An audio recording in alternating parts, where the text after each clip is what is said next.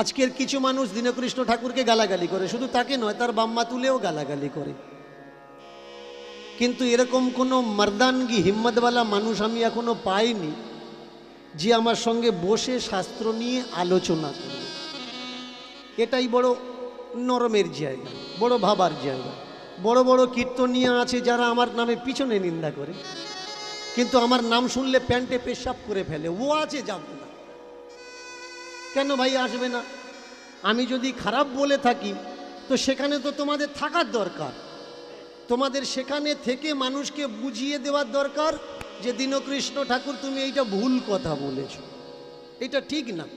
কিছুদিন আগে আপনাদের এই এরিয়ার একটা ইউটিউবার একটা ভিডিও কাট করে ছেড়েছিল, কৃষ্ণ ভগবান না কৃষ্ণ অসুর। ভালো করে মন দিয়ে শুনবেন। এর জন্য আমি বলি যে সমস্যা থাকলে আসরে এসো। 5 মিনিট কোনো ভিডিও দেখে কখনো বিচার করা যায় না। যেমন এক কড়া খিচুড়ি রাঁধতে গেলে 75 থেকে 80 গ্রাম ঝালের গুঁড়ো আমরা দিই এক কড়া খিচুড়ির উপরে, তাহলে ওই ঝালটা কিন্তু কারোর মুখে লাগে না। আর যদি এক কড়া খিচুড়ির পুরো 75 থেকে 80 গ্রামের ঝালের গুঁড়োটা একজনকে খাওয়ানো হয়, তার তো ঝাল লাগবেই লাগবে। এর জন্য সমস্যা এই জায়গায়, পুরো কীর্তন শুনে আপনাকে বিচার করতে হবে যে দীনকৃষ্ণ ঠাকুর যে কথা বলল ওটা মিথ্যে কথা না ওটা ভুল কথা, ওটা শোনার দরকার আছে নাকি শোনার দরকার নেই, এটাকে জানা লাগবে। তাহলে আমরা আজকের প্রথম থেকে আরম্ভ করব মহাপ্রভু এবং ভগবান শ্রীকৃষ্ণের প্রেক্ষাপট। যিনি কৃষ্ণকে, আমরা যারা আজকের এই হরিবাসরে এসে বসেছি লাখো ভক্ত, কৃষ্ণের বায়োডাটা জিজ্ঞাসা করুন, অনেকে বলতে পারবে না। কৃষ্ণকে সে জানে কোত্থেকে? এক তো টিভি সিরিয়াল, নাটক, যাত্রাপালা, আর একটা মহাভারত, আর যারা গুরুমুখী হয়েছে তারা জানে ভাগবতের প্রেক্ষাপট কৃষ্ণ চরিত্র। এছাড়া কৃষ্ণকে এরা জানে না। কিন্তু এই ভাগবত মহাভারত এর পিছনেও একটা কৃষ্ণ চরিত্র আছে। সেটা কার? বঙ্কিমের কৃষ্ণ, শরৎচন্দ্রের কৃষ্ণ, রবীন্দ্রনাথের কৃষ্ণ। আমি বারবার বলি যে ভাই পড়াশুনো করো, যদি পড়াশুনো নাই বা করো, যে বইয়ের নামগুলো অন্তত বলি সেই বইগুলো পড়ে দেখো দীনকৃষ্ণ ঠাকুর ঠিক কথা বলছে না দীনকৃষ্ণ ঠাকুর ভুল কথা বলছে। বর্তমান যে মাসটা চলছে এই মাস মহাভারত পাঠ করার মাস, তাই তো? মহাভারত পাঠ করার মাস। আজকের পয়লা, গতকাল শেষ হয়েছে, আজকের থেকে রামায়ণ পাঠ করার মাস চলছে। পিছলা মাস চলেছে মহাভারত আর এ মাস চলবে রামায়ণ। তো পিছলা মাসে যে মহাভারত পাঠ চলেছে দামোদর মাস, এই মাসে নগরে নগরে অনেক জায়গায় দেখবেন মায়েরা, বাবারা, ছোট্ট ছোট্ট ছেলে মেয়েরা নগর কীর্তন দিয়েছে ভোরের বেলা করে উঠে। এদিকে হয়েছে কি না জানি না, অন্য অন্য জায়গায় হয়েছে। আচ্ছা বলুন, এই কীর্তন দেওয়াটা এটা তো ভালো কথা, ভালো কথা না? কৃষ্ণ নাম বিলানো কত ভালো কথা। কিন্তু একটা জিনিস লক্ষ্য করে আমার কষ্ট লাগে, এই নাম দেওয়াতেও পাটাপাটি। এইদিকে হয় কি না জানি না, অনেক জায়গায় হয়েছে, আমি দেখেছি। आंखों देखी हाल मैं बता रहा हूं, किसी से सुनकर मैं नहीं बता रहा हूं। কীর্তন দিতে যাচ্ছে, আজকে যে টিমটা ছিল সামনের বছর ওই টিমটা আর নেই। কই রে, তোদের সঙ্গে ওই দিদিমাটা ছিল বললে এবছর নেই, পার্টি চেঞ্জ হয়ে গেছে। ঠাকুরের নামের ভিতরে পার্টি হবে কেন? এইটা তো আমি বুঝতে পারলাম। পার্টি হওয়ার পিছনে কারণ কি? দৃষ্টান্ত মহাভারত। মহাভারতে কটা পার্টি? 3টা পার্টি। একটা পাল্লা, ডান দিক, বাঁ দিক আর মাঝখানের দিক। কম হয়েছে না বেশি হয়েছে আমরা বুঝবো কি করে? মাঝখানের যে কাঁটাটা আছে সেটা যেদিকে হিলবে ওদিকে বেশি, বাঁদিকে হিললে বাঁদিকে বেশি, ডান দিকে হিললে ডান দিকে। একটা পাল্লায় 3টে পাটি, আর একটা মহাভারতে কটা পাটি? 3টে পাটি। একটা কুরুক্ষেত্র, আর সেই কুরুক্ষেত্রে একটা কুরু বংশ আর একটা যদু বংশ। তাহলে পাণ্ডু আর কুরু, আর একটাকে যদু। এই যদু বংশের যিনি নেতৃত্ব দিয়েছিলেন সিনিকে ভগবান শ্রীকৃষ্ণ। ইনি হচ্ছেন পাল্লার কাঁটা, যেদিকে হিলে আছে সেই দিকটা বেশি। এবারে বলুন, ভগবান শ্রীকৃষ্ণ যুদ্ধের আগে কথা দিয়েছিলেন যে আমি যুদ্ধ করব না, যুদ্ধে ইনভলভ থাকবো না, অস্ত্র ধরবো না। কথা রাখতে পেরেছে কি? কথা রাখতে পারে? শুধু তাই নয়, আমরা রামায়ণ, আমরা মহাভারত পড়ি, কিন্তু গল্পের সারমর্মটা আমরা কেউ নেওয়ার চেষ্টা করি না। এই দেখুন রামায়ণের প্রেক্ষাপট, রামকে, রাম ব্রহ্মা সনাতন, ব্রহ্মের স্বরূপ রামচন্দ্র। তাহলে রাম যদি ব্রহ্ম হলো, বলুন তো রামের নিজের ভাই, ছোট ভাই বুকে যখন শক্তিশাল লাগলো, রাম সর্বাগ্রে কি করেছে? রাম তো হাত দিলে ঠিক হয়ে যেতে হতো না? যার ছোঁয়াতে শিলা ভাসে তার স্পর্শে কখনো লক্ষণ মরবে, এ কথা মানা যায়। কিন্তু তিনি কি করেছেন? সর্বপ্রথম তিনি বললেন ডাক্তার ডাকো। যে ব্রহ্ম সনাতন তিনি বলছেন অসুবিধা হয়েছে, রোগ এসেছে, ব্যাধি এসেছে, ডাক্তার ডাকো। কোন ডাক্তার ডাকা হলো? রাবণের প্রাইভেট ডাক্তার, যে শুধুমাত্র রাবণের ফ্যামিলিকে ট্রিটমেন্ট করত। নাম কি? সুসেন বৈদ্য। তাহলে দেখুন ধর্মগ্রন্থ থেকে আমরা কি শিখব? ধর্মগ্রন্থের সারটুকু আমরা নেব। ডাকলো কাকে? ওর সঙ্গে মিলল না কিন্তু। ডাকবো আমরা তাকে, ডাক্তারকে। ভগবান সে বলল না যে আমি হাত বুলিয়ে দেবো ঠিক হয়ে যাবে। সে বলল আমি ভগবান হতে পারি, কিন্তু যেখানে যার প্রয়োজন তাকে ডাকা লাগবে। এখন শক্তিশাল লেগেছে, এই জায়গায় ভগবানের কাজ নেই, ডাক্তারের কাজ। কিন্তু এখনকার বেশিরভাগই গুরুদেবেরা কি বলছে? আপনি কাঁদছেন বাবা আমার অসুখ, সে বলছে ভগবানের ওপরে বিশ্বাস করে ঘটের জল খা, ঠিক হয়ে যাবে। যে ভগবান সে বলছে ডাক্তার দেখাও, আর গুরুদেব কি বলছে? ঘটের জল খাও, ভগবানের উপরে বিশ্বাস রাখো। কিন্তু ভগবানের কথা বললেন, ডাক দিলেন কাকে? সুসেন বৈদ্যকে। সুসেন বৈদ্যকে রাবণের প্রাইভেট ডাক্তার, রাবণের। সুসেন এসে আজে বাজে ওষুধ দিয়ে রুগীটাকে তো মেরে দিতে পারত, যে রাবণের শত্রু, তাহলে এদের বাঁচানোর দরকার না, মেরে দেওয়ার দরকার। তো ডাক্তারের ধর্ম কি? রুগী যে কেউ হোক তাকে সুস্থ করে জীবন দান করা, একে বলে ধর্ম। মহাভারত পিছলা মাসে আমরা পড়লাম, লক্ষ্য করেছেন মহাভারতের যেসব প্রেক্ষাপটগুলো রাখা উচিত নয় তার জন্যে আমার লড়াই। নৈমিষারণ্যের বড় বড় আচার্যদের সঙ্গে আমার মিটিং হয়েছে, জানিয়ে রাখি আপনাদের।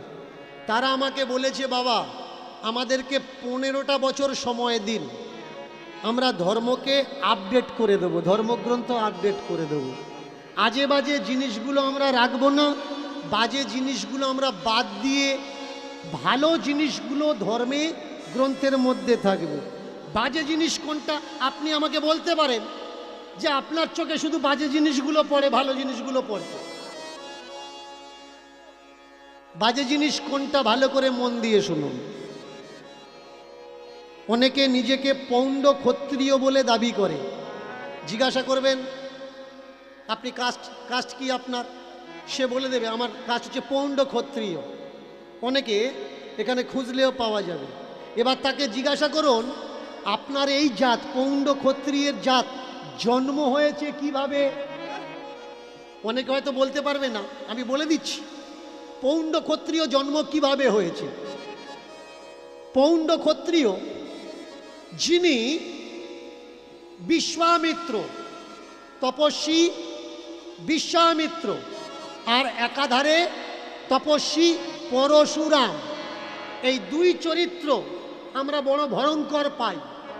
পরশুরামের মা জলান্তে গিয়ে হাজার বাহুকে দেখে বিলম্ব হয়েছে, এই অপরাধে পরশুরামের বাবা আদেশ করেছে, যমদগ্নি আদেশ করেছে ওর মাথাটা কেটে ফেলো, ও দুশ্চরিত্র। কেন না, যতক্ষণে আসার দরকার ছিল অতক্ষণে আসেনি। 3 ছেলে পারল না, ছোট্ট ছেলে মাথাটা কেটে ধর থেকে আলাদা করে দিল কুঠার দ্বারা। কেটে দেওয়ার পরে তিনি জানতে চাইলেন মায়ের অপরাধ কি। সার্ভে করে খোঁজ নিয়ে দেখলেন ক্ষত্রিয়ের জন্যে আমার মায়ের এই দশা, আমার হাতে মায়ের প্রাণ গেছে। তাহলে পৃথিবীতে যদি ক্ষত্রিয় না থাকতো আমার মা মরতো না। এর জন্য পৃথিবীতে ক্ষত্রিয় আমি রাখবো না। করলেন কি, 21 বার মানে 21 বার পৃথিবীকে নিষ্ক্ষত্রিয় করলেন। বড় চমৎকার কথা। যদি পুরোপুরি শেষ হয়ে যায় প্রথমবারে, তাহলে দ্বিতীয়বার আবার ক্ষত্রিয় আসলো কিভাবে? এটা তো ক্যালকুলেশন করতে হবে, লাগাতে হবে। কিন্তু মহাভারত বলছে 21 বার ব্রাহ্মণ পুত্র ক্ষত্রিয় বিনাশ করল। এইভাবে ক্ষত্রিয়দের ঘরের বউ স্ত্রীগণ তারা কোথায় গেলেন? কামনা চরিতার্থের জন্যে তারা গেলেন ব্রাহ্মণদের ঘরে। ব্রাহ্মণের ঔরসে আর ক্ষত্রাণীর গর্ভে পৌণ্ড ক্ষত্রিয়ের জন্ম। এবার বলুন, আমরা যারা নিজেদেরকে পৌণ্ড ক্ষত্রিয় বলে দাবি করি, কেউ যদি আমাদের বলে তোদের জন্মের ঠিক নেই, আপনি উত্তর দিতে পারবেন তো? আপনি বলবেন কোন আধারে কথাটা বলছো? সে 1 মিনিট বসুন, লাফালাফি করবেন না, এখনো 3 ঘন্টা আছে। অসুবিধে থাকলে বাসায় চলে আসবেন, কীর্তনে ডিস্টার্ব না। আমি খুঁজছি আপনাদের মতো মানুষ। বসুন, চুপচাপ বসুন। এবারে শুনুন, তাহলে ব্রাহ্মণদের ঔরসে ক্ষত্রাণীর গর্ভে কার জন্ম? পৌণ্ড ক্ষত্রিয়। বলুন, এইসব কথা লেখার, এইসব ফাজলামো লেখার কোনো দরকার ছিল? শুধু তাই না, সব থেকে বড় দায় কার ওপরে লাগানো হলো? যারা দোকান করে চুল কাটে, এদেরকে কি বলা হয়? নাই বা প্রামাণিক। তো এই প্রামাণিকের জন্ম কোত্থেকে হয়েছে? প্রামাণিককে জিজ্ঞেস করবেন, বলতে পারবে না। আমি বলে দিচ্ছি, ধর্ম সংজ্ঞা গ্রন্থ দেখে নেবেন। ধর্ম সংজ্ঞা, ধর্ম বিশ্লেষণ, 2টো গ্রন্থ। সেখানে কি বলা হচ্ছে? বৈশ্যের স্ত্রীর গর্ভে ব্রাহ্মণের ঔরসে প্রামাণিকের জন্ম। যত জন্ম কারা দিচ্ছে? ব্রাহ্মণে জন্ম দিচ্ছে। আর এরা ইনকাম করছে না, তোমার হাঁড়ির চাল দিয়ে এদের সংসার চলছে। দেখেছেন এই ধর্মগ্রন্থ কি ধর্মগ্রন্থ, কাদের ধর্মগ্রন্থ? ধর্মগ্রন্থ কি হওয়ার দরকার? ধর্মগ্রন্থ মানে কি? ধ-র-ম, ধ-র-ম, শটে শান্তির আর এক নামই হলো ধর্ম। আজকের আমার ভিডিওর নিচে কমেন্টগুলো পড়বেন। মুখার্জি, চ্যাটার্জি, চক্রবর্তী, ব্যানার্জি, বন্দ্যোপাধ্যায় আর দাস, এরা কারা? বৈষ্ণব সম্প্রদায় কিছু, আর কিছু ব্রাহ্মণ সম্প্রদায়। তারা নোংরা নোংরা ভাষায় গালাগালি করছে। আমি তো কাউকে গালাগালি করছি না। আমার বাম্মা তুলে গালাগালি, আমি কাউকে গালাগালি করছি না। আমি কি করছি? আমি একটা কাজ করেছি, আপনাদের ঘরের নিভে যাওয়া প্রদীপগুলো তেল দিয়ে জ্বালিয়ে দিয়েছি। আজকের এই ভিড় কিসের জন্য জানেন? চেতনা জেগে উঠেছে। আর এই অবদানটা কার? চৈতন্যের অবদান। এটা দীনকৃষ্ণ ঠাকুরের অবদান নয়। এই একই চেতনা দিতে চেয়েছিলেন কে? আমার মহাপ্রভু। কেন মহাপ্রভুর পিছনে ভিড় ছিল? তিনি কৃষ্ণ বলে না, কৃষ্ণের মাধ্যম দিয়ে তিনি সমাজকে জাগাতে চেয়েছিলেন। কৃষ্ণকে দিয়ে তিনি দেখলেন সব থেকে অন্ধকার কোন জায়গায়? সব থেকে অন্ধকার সেই জায়গায় যে জায়গায় আলোটা জ্বলছে। মহাপ্রভু তো অন্য পথ বেছে নিতে পারতেন। অনেকে আমায় বলে, আপনি কীর্তনের আসরে এই কথাগুলো বলছেন কেন? আপনি স্টেজ করে বাজারে দাঁড়িয়ে রাজনীতির নেতাদের মতো দাঁড়িয়ে বলুন না, কীর্তনের আসরে বলছেন কেন? আমার ধর্ম অন্ধকারে কেন? এই ধর্মের জন্য। আপনারা গলা ভারী করেছেন, শরীর রাঙিয়েছেন, কিসের জন্যে? ধর্মের জন্য। ধর্ম যদি না থাকতো আপনার গলায় কেউ মালা পরাতে পারত না। আর আপনি মালাটা কেন পরেছেন? এই ধর্মের ঠিকাদাররা বলছে মালা থাকলে নাকি মাথায় বাজ পড়বে না। আমি নাম ধরে বলে দিতে পারি কারা কারা এই কথা বলছে। বাজ কি? বাজ হচ্ছে একটা ইলেকট্রোম্যাগনেটিয়াম, ইলেকট্রোফ্রিকোয়েন্স। বাজ সাইকেলেরও ভোল্ট, লাখো ভোল্ট, ইলেকট্রিক, এছাড়া আর কিচ্ছু নয়।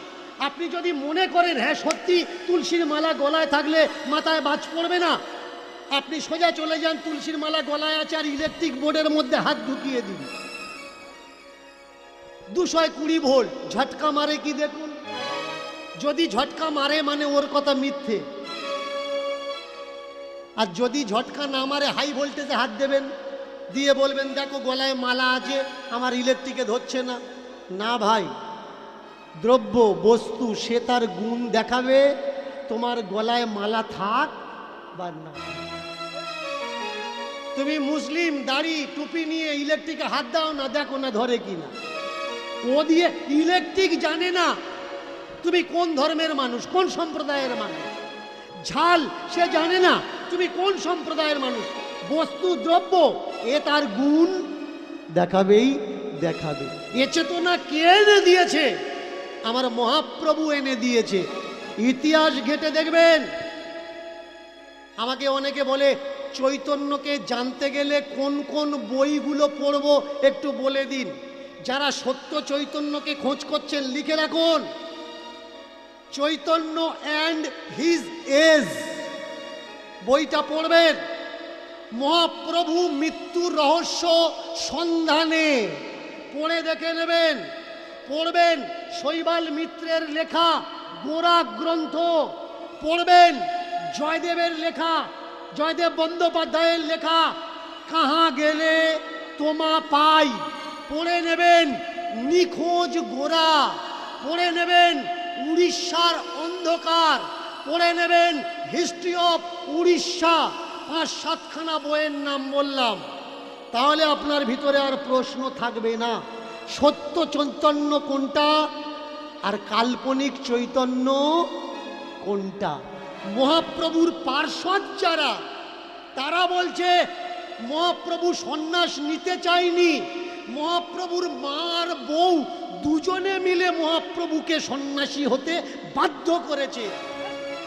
কেন? তা না হলে মহাপ্রভুর সম্প্রদায়ের মানুষ, তাদের ভিতরে একটা মতবাদ শুরু হয়েছে। মতবাদটা কি? মহাপ্রভু বলছে পূজা করা লাগবে না। ভালো করে শুনবেন, মতবাদটা কোথায়? মহাপ্রভু বলছে পুজো করা লাগবে না, মহাপ্রভু বলছে যজ্ঞ করা লাগবে না। যারা মহাপ্রভুর মতপথ অনুগামী, এরা কি করে? পূজা করে? কোনো দেবী দেবতার পূজা করে না। কেন? এ মহাপ্রভুর নির্দেশ। মহাপ্রভুরা কারোর পূজা করা লাগবে না, কোনো হোম যজ্ঞ তপস্যা সাধনা কিচ্ছু করা লাগবে না। কি করবে? শুধু দুটো বাহু তুলে যেখানেই থাকো না কেন, যে অবস্থায় থাকো, যদি আনন্দে থাকো কৃষ্ণ বলবে আনন্দে, আর যদি দুঃখে থাকো কৃষ্ণ বলবে কেঁদে কেঁদে। প্রত্যেকটা চোখের জলের ফোঁটাতে কৃষ্ণ যেন ছুঁয়ে থাকে। কৃষ্ণকে বলো, আমি তো ওদের মতো ডাকতে পারিনি ঠাকুর, হাজার হাজার বছর পরমায়ু ওদের ছিল, আমাদের অতটা পরমায়ু নেই, স্বল্প পরমায়ু আমাদের, অন্নগত প্রাণ। ভাত না খেলে আমরা বাঁচব না দুটো বেলা, পেটের জোগাড় করব, ভাতের চিন্তা করব নাকি তোমার চিন্তা করব ঠাকুর? তাই জানি না প্রক্রিয়া কি, তোমাকে কিভাবে ডাকবো। আজকের কেঁদে কেঁদে চোখের জলে আমি তোমায় ডাকছি ঠাকুর। আমি সংসার ছাড়তে পারি না কর্তব্যের খাতিরে, বাবা মা ছাড়তে পারি না, ছেড়ে চলে গেলে তারা খাবে কি, মাখবে কি, পরবে কি, তাই তোমার দুঃখের দিনে ডাকছি ঠাকুর। এখন নাইবা আসলে তুমি শেষ দিনে একবার অন্তত এসো।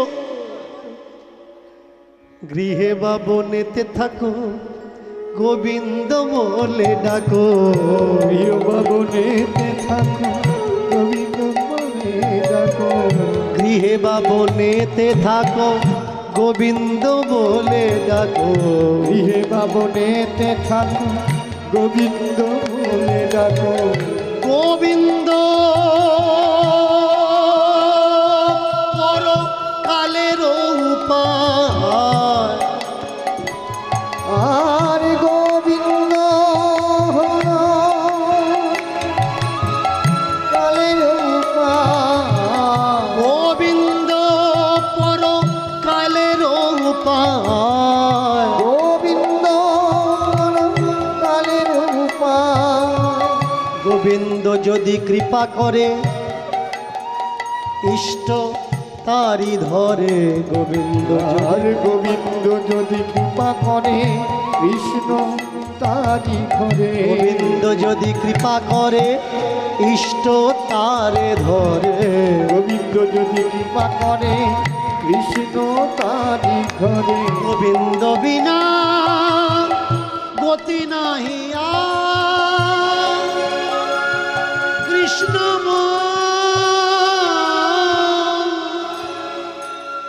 কৃষ্ণ প্রাণ, কৃষ্ণ আমার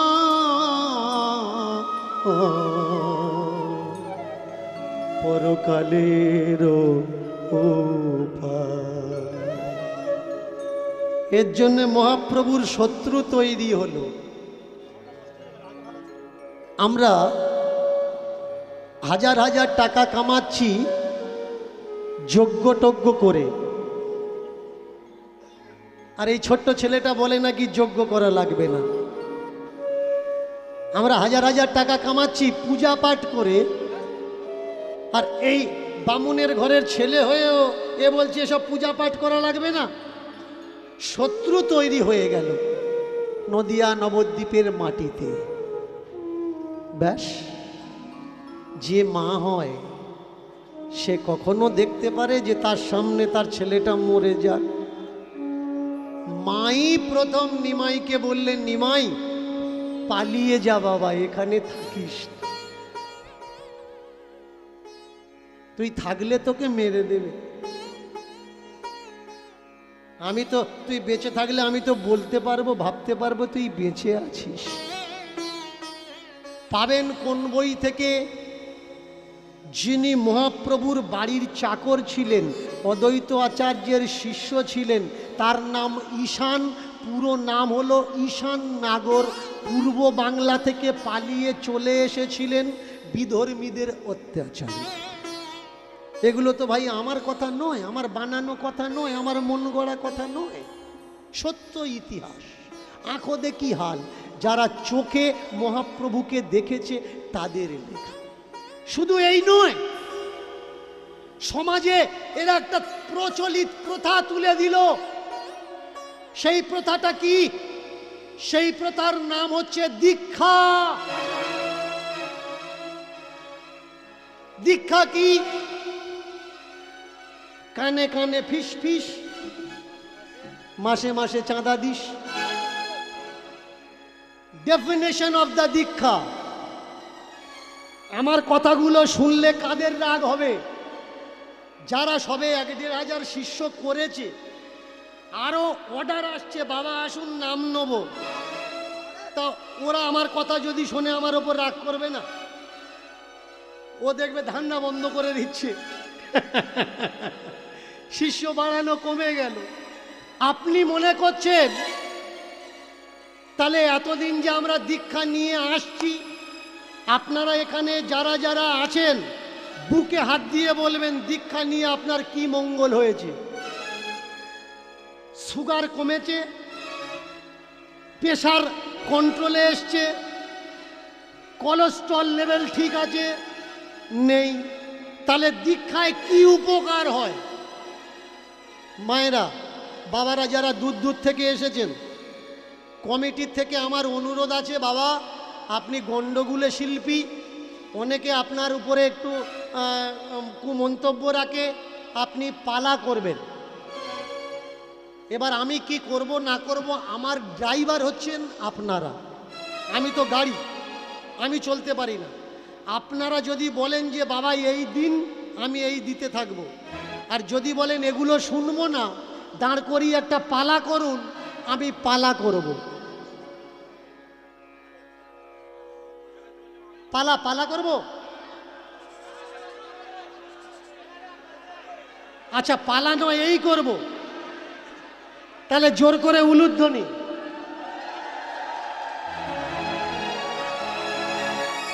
আচ্ছা দুজনের কথা থাক, কেমন? দুজনের কথা থাক, পালার মাধ্যম দিয়ে এই সব করি। তাহলে যারা পালা ভালোবাসে তাদের কাছে পালা থাকলো, আর যারা সত্যকে ভালোবাসে তাদের প্রতি এই সব থাকলো, সব থেকে ভালো হবে। মাঝখান দিয়ে আমরা চলবো, এর জমি নামবো না, ওর জমি নামবো না, আলের ওপর থেকে যাব, তাহলে কারোর গায়ে আর রাগ হবে। আজকের যে পালাটা করব সেই পালার তত্ত্ব থাকবে সত্যি কি দীক্ষা নেওয়ার দরকার। অনেকের বাম্মা দেখবেন তার গুরুদেবের কাছে বলে যে আমার ছেলেটা বাবা এমএ পড়ছে, কারোর কথা শোনে না। গুরুদেব আগে বলে দেয় দীক্ষা দিয়েছিস, যে যার ধান্দায় সেই তার, ও জ্বালায় ও মরছে, ও ছেলে মেয়ে বাম্মার কথা শুনছে না। গুরুদেবের কাছে আর্জি রেখেছে, গুরুদেব তো কিছু তো বলবে। গুরুদেব দীক্ষা নিয়েছিস? না বাবা। বলে তাহলে হবে না, দীক্ষা দে তবে তো জানবি। আচ্ছা ওই সকালবেলা যখন আসছিলাম আমার এক ছোট ভাই গান করছিল, বলছিল পেটে বাচ্চা থাকলে যদি পাঁটার মাংস খায় তাহলে ও নাকি পাঁটা হবে। কেমন বলুন তো? পেটে বাচ্চা থাকলে যদি ডেমরে কলা খায় তাহলে কতগুলো দানা হবে? মানে ওর নলেজে যা খাবে তাই হবে, এটা কিন্তু আগে বোঝা লাগবে। তাহলে আজকের সমাজে বর্তমান যুগে সত্যি কি দীক্ষার প্রয়োজন আছে, তার উপরে বেশ করে আজকের লীলা কীর্তন। কীর্তনের নাম কালে খাঁ। ভালো করে শুনবেন, কীর্তনের নাম কালে খাঁ। অনেক কীর্তনীয় আমায় বলে ও যে পালাগুলো করে আমরা 14 পুরুষই শুনিনি। তা তোমার 14 পুরুষ যদি ভক্তদের খোঁজ না রাখে দোষটা কি আমার?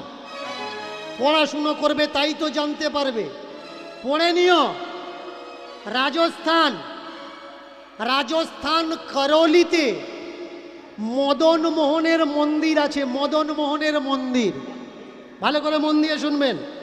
রাজস্থান করৌলিতে মদন মোহনের মন্দির আছে, আর এই মদন মোহনের মন্দিরে আরতি যখন হয়, এই আরতিতে কালে খাঁর গুণগান করা হয়। খাঁ মানে বুঝতে পারছেন নিশ্চয়ই কোনো ব্রাহ্মণ বা ক্ষত্রিয় বৈশ্য না, খাঁ মানে কে? এ মুসলমান। তাহলে মুসলমান হয়ে ঠাকুরের আরতির সময় তার গুণগান কেন করা হবে? এ বড় চমৎকার। আগে আমরা জেনে নিই করলিতে এই যে রাধা মদন মোহনের মন্দির, এই রাধা মদন মোহন পৌঁছালো কি করে? সত্যযুগ রাজা অম্বরীশ, ভালো করে শুনবেন, সত্যযুগ রাজা অম্বরীশ মদন মোহনের মূর্তি স্বয়ং ব্রহ্ম থেকে পেয়েছেন, পূজা করতেন। এক একটা যুগ চলে গেছে, হিংসার দরুনে কখনো মূর্তি জলে লুকিয়ে রাখা হয়েছে, কখনো মাটিতে লুকিয়ে রাখা হয়েছে। এইভাবে এক একটা যুগ চলে গেছে। এখন এসেছে কলৌ যুগ। বিধর্মীদের অত্যাচারে মূর্তি লুকিয়ে রাখা হয়েছে মাটির ভিতরে। আমার শ্রীমন মহাপ্রভুর তখন জন্ম হয়নি। এই সময় অদ্বৈত আচার্য ইনি এসেছেন বৃন্দাবনের মাটিতে। মন দিয়ে কথাগুলো শুনবে। বৃন্দাবনের মাটিতে এসে যে বটগাছের নিচে তিনি আশ্রয় নিয়েছেন, এখনো আছে সে বটগাছ। সেই বটগাছের নাম কি? অদ্বৈত বট। এই বটের নিচে বসে উনি ভজনা করতেন। আর দিনের বেলা মথুরাতে গিয়ে মধুকরী করতেন। মধুকরী, ভালো করে শুনবেন, মাধুগিরি নয় কিন্তু। শব্দটা কি? মধুকরী। করে মধু মানে অমৃত নেওয়াকে, ভিক্ষা নেওয়াকে মধুকরী বলা হয়। এই মধুকরী করতেন, খেতেন, বৃন্দাবনে বাস করতেন। আর যখন ঘুমিয়ে পড়তেন ওই বটগাছের তলাতে, স্বপ্ন আসতো, এই আমাকে তোল, আমাকে ওঠা। আমরা যখন স্বপ্ন দেখি কি মনে করি? প্রথম প্রথম মনে করি এটা স্বপ্ন। কিন্তু দ্বিতীয় দিন যদি আবার দেখি, তৃতীয় দিন যদি আবার দেখি, চতুর্থ, পঞ্চম, ষষ্ঠ, সপ্তম যদি দেখতেই থাকি একই স্বপ্ন, তার মানে কিছু না কিছু ব্যাপার আছে। স্বপ্নের সূত্র কি? স্বপ্নের সূত্র, আমরা এক স্বপ্ন বারবার কোনোদিন দেখি না। আরেকটা মজার ব্যাপার, স্বপ্ন দেখতে দেখতে আমরা ঘুম ভেঙে গেল আমাদের, বাইরের থেকে বাথরুম করে এসে আবার যখন শুই, তার পরের থেকে কিন্তু স্বপ্ন স্টার্ট হয় না। ওটা হতে পারে, আবার অন্য স্বপ্ন আসতে পারে। একটু আগে দেখছিলাম ভালো ভালো খাচ্ছি, পরে আবার বাথরুম থেকে এসে যখন ঘুমালাম দেখছি কেউ যেন আমাকে দাবড়াচ্ছে। দুটো স্বপ্নের ভিতরে কোনো কম্বিনেশন নেই। যাও কিছু আসতে পারে, কিন্তু অদ্বৈতাচার্য ইনি দেখছেন বহুদিন ধরে একই স্বপ্ন। কেউ যেন মাটির নিচ থেকে বলছে, আমাকে তোল, আমাকে তোল, আমাকে তোল। স্বপ্নের ঘোরে আচার্য জিজ্ঞাসা করছে, কে কে কে কে গো তুমি ডাকো বারে বারে, কে গো তুমি ডাকো বারে বারে, কোন জানায় আছো তুমি জানি না তো হায়, জানি না তো হায়। কোন জানায় আছো তুমি জানি না তো হায়, জানি না তো হায়। না না না না না না না না না না না না না, কোন জানায় আছো তুমি জানি না তো হায়, জানি না তো হায়। কোন জানায় আছো তুমি জানি না তো হায় জানি না তো হায় কে তুমি ডাকো আমায়, বলো আছো কোথায়, বলো আছো কোথায়, বলো আছো কোথায়, বলো আছো কে?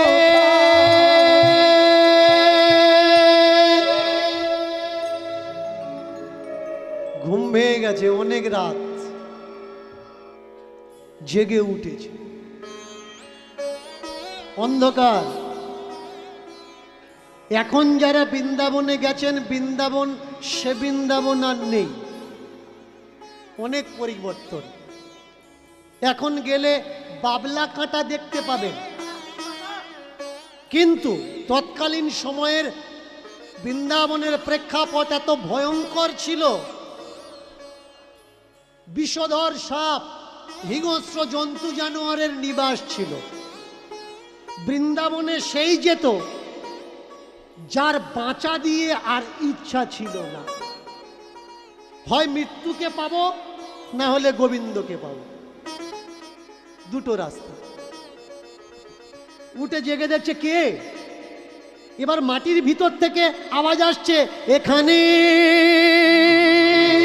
এখানে এখানে এখানে এখানে। কই? কোথায় তুমি? কোথায় কোথায় কোথায় কোথায় তুমি? এক জায়গার বালি থরথর থরথর থরথর করে কাঁপছে। সেই বালিটা হাত দিয়ে সরিয়ে সরিয়ে কি যেন একটা শক্ত মতো হাতে ঠেকলো। কি এটা? আবার বালি সরিয়ে সরিয়ে একেবারে এত বড় মদন মোহনের মূর্তি বেরিয়ে এলো। চমৎকার কি জানেন? আজকের যে মানুষ আমরা রাধা নামে পাগল, অদ্বৈত আচার্যের সময়কাল একটু পিছনের দিকে গেলে চণ্ডীদাস পর্যন্ত দেখা যায় রাধার প্রসঙ্গ ছিল না। আজকের যে কৃষ্ণর পাশে যে রাধাকে বসিয়ে আমরা পূজার্চনা করছি, গোটা বৃন্দাবনের মাটিতে কৃষ্ণের পাশে রাধা প্রতিমূর্তি ছিল। এই রাধা প্রতিমূর্তি আসলো কিভাবে? ভালো করে শুনে রাখবেন, মনে রাখবেন কথাগুলো। নিত্যানন্দের দুই স্ত্রী জাহ্নবা আর বসুধা, সূর্য সার্কেল, দুই কন্যা জাহ্নবা আর বসুধা। এই জাহ্নবা আর বসুধা দুই স্ত্রী, এরা দুই বোন, বড় বোন আর ছোট বোন। এইবার এই নিত্যানন্দের স্ত্রী যেদিন বৃন্দাবনে আসলেন, নিত্যানন্দের স্ত্রী প্রথমে রাধা মূর্তি তৈরি করিয়ে কৃষ্ণের পাশে দাঁড়িয়ে প্রতিষ্ঠা করলেন। এই হলো রাধার ইতিহাস, আগে জানা লাগবে। তাকিয়ে দেখুন, একখানা মূর্তি উঠেছে মদন মোহন, চতুর্দিকে পরিচিত হয়ে গেল যে কোত্থেকে, শান্তিপুর, নবদ্বীপের শান্তিপুর, নদিয়ার শান্তিপুর থেকে এক বাবাজি এসছে, আধোড়া আদমরা বুড়ো বাবাজি, আর তার হাতে একখানি মূর্তি উঠেছে স্বপ্ন আদেশ করে। মথুরার চতুর্বেদী ব্রাহ্মণ খবরটা পেয়ে এসে করজোড় করে দাঁড়ালেন, আচার্যদেব আপনি আমার গুরু হবেন, আমাকে দীক্ষা দেবেন, শিষ্যত্বের অধিকার দেবেন। গুরু আচার্য শিষ্য করলেন।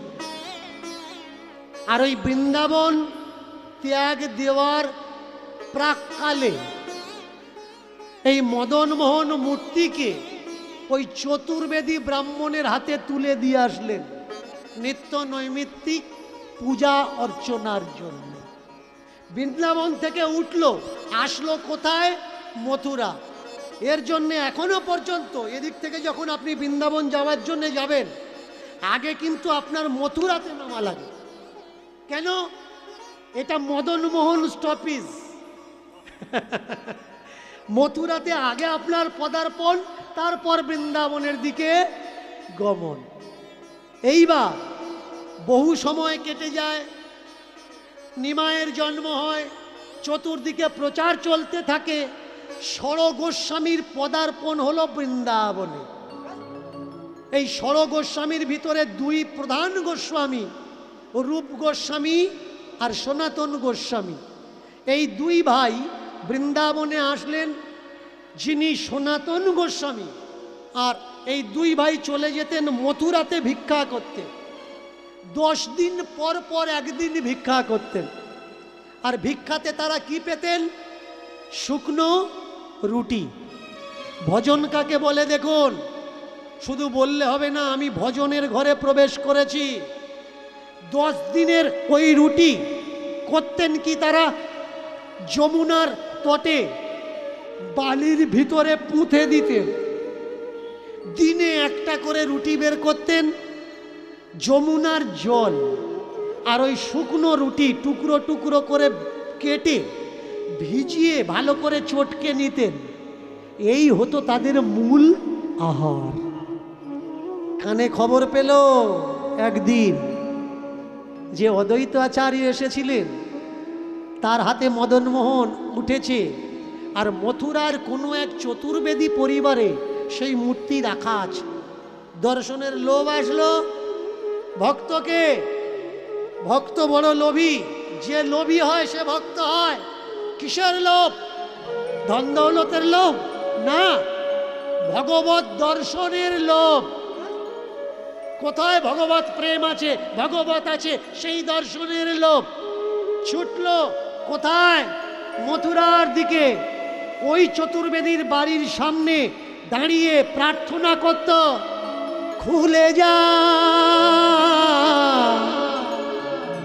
খুলে যা, খুলে যা। প্রার্থনা, যা যা যা যা, খুলে যা।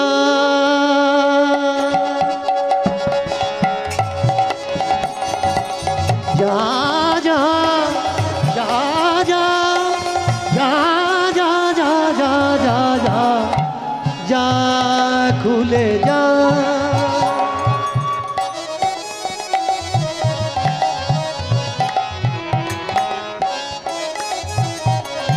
ওরে মদন মোহন, যদি কৃপা হয়, মন্দিরের দরজা দরজা দরজা যা যা যা, খুলে যা, যা যা যা যা যা যা যা যা, খুলে যা।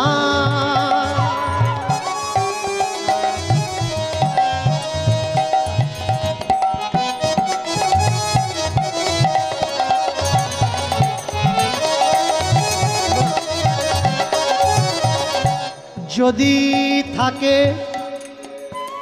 পূর্বে কোনো ভজন সাধন,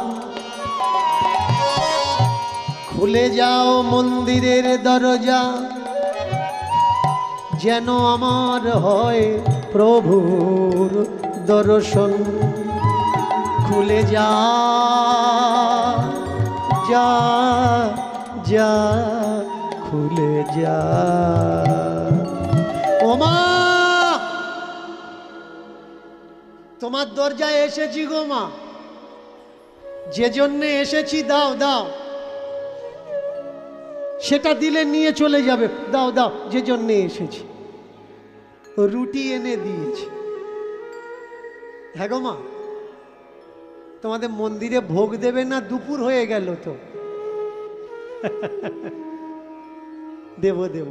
তাহলে এক কাজ করো না, ওই মন্দিরের প্রসাদই যে প্রসাদ, মহাপ্রসাদ, ওই ভোগ মহাপ্রসাদ দাও না, এ দিও না। হাত পেতে দাঁড়িয়ে আছে কিসের জন্য? খাবারের জন্যে না, आखियां दर्शन को लागे प्यासी। ভক্ত মুখের জন্য ভিক্ষা করে না, নয়নের জন্য, ভাবের জন্য ভিক্ষা করে। দরজাটা খোলো। যেই প্রসাদ দেওয়ার জন্য, ভোগ চড়ানোর জন্য দরজাটা খুলেছে, ওরে বাপরে, কে কে? তুমি তীর্থে যাচ্ছ, তুমি যাচ্ছ না, তোমার ডাক এসেছে তাই তুমি যাচ্ছ। তুমি ভগবান দেখছো, ওতে কোনো যায় আসে না। যেদিন ভগবান তোমাকে দেখে নেবে সেই দিন যায় আসে। তুমি ডাকছো দেখা দাও, দেখা দাও, দেখা দাও, ও দেখা দিচ্ছে না।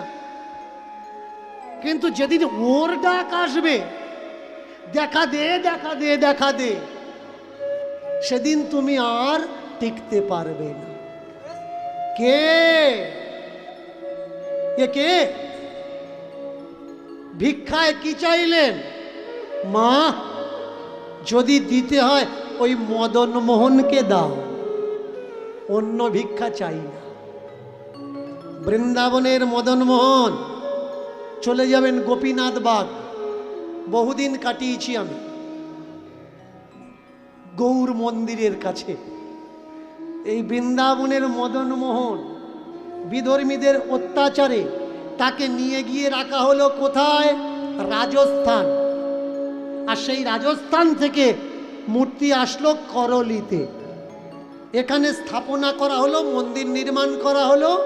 সেই থেকে আজও পর্যন্ত করলির মদন মোহন নামে খ্যাত। সার্চ করে নেবেন কালে খাঁ, ভক্ত কালে খাঁ বা রাজস্থান করলির মদন মোহন মন্দির, গুগল তো আছে আপনার হাতের মুঠোয়, ঠিকানা পেয়ে যাবে। চমৎকার দেখুন, ওর যখন বুলাবা আসে, ও তো না অন্ধ দেখে না খোঁড়া দেখে, ও টেনে নেয় তার কাছে। ভগবান কাকে ভালোবাসে? যে ভগবানকে ভালোবাসে। ভগবান অন্য কিছু চায় না যে তুমি শুকিয়ে শুকিয়ে একাদশী করো, দ্বাদশী করো, ত্রয়োদশী করো, চতুর্দশী, অষ্টমী, ষষ্ঠী করো। ভগবান এসব চায় না। ভগবান কি চায়? ভগবান চায় তুমি আমাকে কতটা ভালোবেসে পারো। চতুর্দিকে খবর পাঠালো পূজারী, মদন মোহনের সেবায়েতে দরজার সামনে একজন প্রহরী ঝাড়ুদার লাগবে।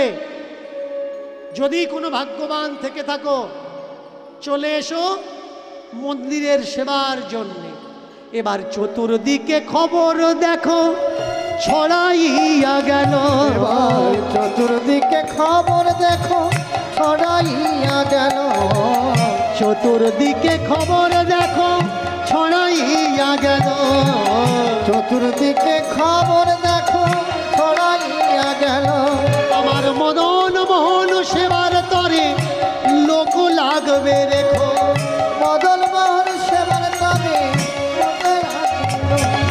আমার মদন মোহন সেবার তরে লোক লাগবে রেখো, মদন মোহন সেবার তরে লোক লাগবে এসো।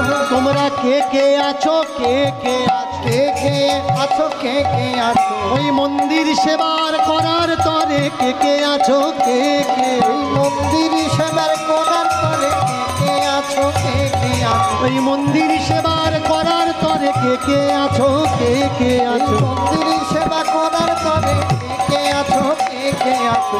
যার কানে খবর গেল সেজন ছুটে এলো, যার কানে খবর গেল সেজন ছুটে এলো, দেখো যার কানে খবর গেল সেজন ছুটে এলো, দেখো যার কানে খবর গেল সেজন ছুটে এলো। আমি ঝাঁট দেব, ঝাঁট দেব, আমি ঝাড় দেব, ঝাড় দেব,